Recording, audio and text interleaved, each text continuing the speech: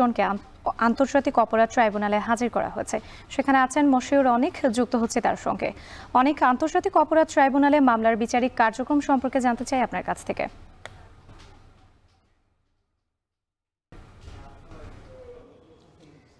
রাত্রি যেমনটা বলছিলেন আমি সেইখান থেকে আসলে শুরু করতে চাই।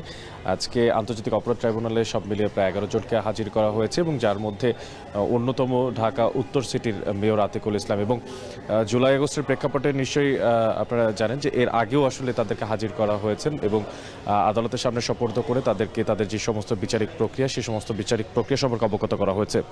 একটু জানিয়ে রাখতে চাই, জুলাই আগস্টের যে সংগঠিত গণহত্যা সেই গণহত্যায় কিন্তু প্রত্যেককে আজকের এইখানে কিন্তু উপস্থিত আছেন। বিশেষ করে বলছিলাম যে ঢাকা উত্তর সিটির মেয়র আতিকুল ইসলামের কথা, পাশাপাশি কিন্তু আওয়ামী লীগের শিক্ষা বিষয়ক সম্পাদক শাহিনুল হক যেমন যুক্ত আজকের এই মামলাতে আছেন এবং আওয়ামী লীগের ঢাকা উত্তর সিটি যে আওয়ামী লীগের সভাপতি অ্যাডভোকেট মনোয়ার ইসলাম চৌধুরী, তাকেও কিন্তু আজকে আন্তর্জাতিক অপরাধ ট্রাইব্যুনালে হাজির করা হয়েছে। আতিকুল ইসলামের প্রেক্ষাপটটা যদি বলতে চাই তাহলে তার বিরুদ্ধে গণহত্যার পাশাপাশি কিন্তু বেশ কিছু অভিযোগ এসেছে। যেমন উত্তরার সেই সময়কার যে হাসপাতালগুলো আছে সেই হাসপাতালগুলোতে আতিকুল ইসলামের যে লোকজন তারা সবসময় আসলে হানা দিয়েছে। বিশেষ করে 16 তারিখের পর থেকে, আগস্টের 16 তারিখের পর থেকেই তারা হাসপাতালে গিয়েছে এবং যারা আহতরা ছিলেন তারা যাতে চিকিৎসা নিতে না পারেন এবং তাদেরকে যাতে ভর্তি না করা হয় সেই বিষয়ে চাপ দেওয়া হয়েছে বলে প্রসিকিউশন কিন্তু আমাদেরকে এর আগে জানিয়েছিলেন।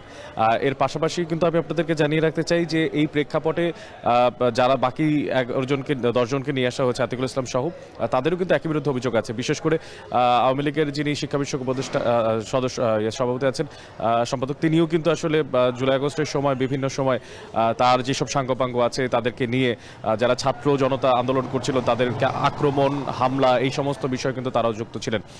এর আগে আদালতে যখন তাদেরকে হাজির করা হয়েছিল, আদালত তাদের কাছে জানতে চেয়েছিল, প্রসিকিউশন টিমের কাছে জানতে চেয়েছিল যে তাদের বিরুদ্ধে আসলে প্রমাণ পাওয়া গিয়েছে কিনা।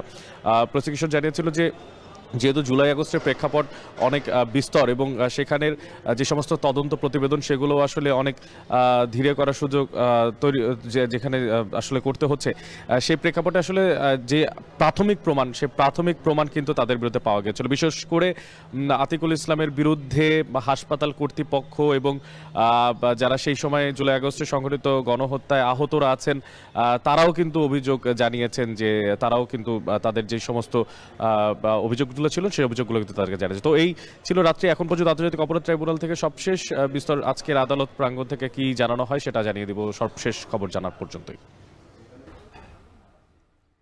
জুলাই আন্দোলনে উত্তরার গণহত্যা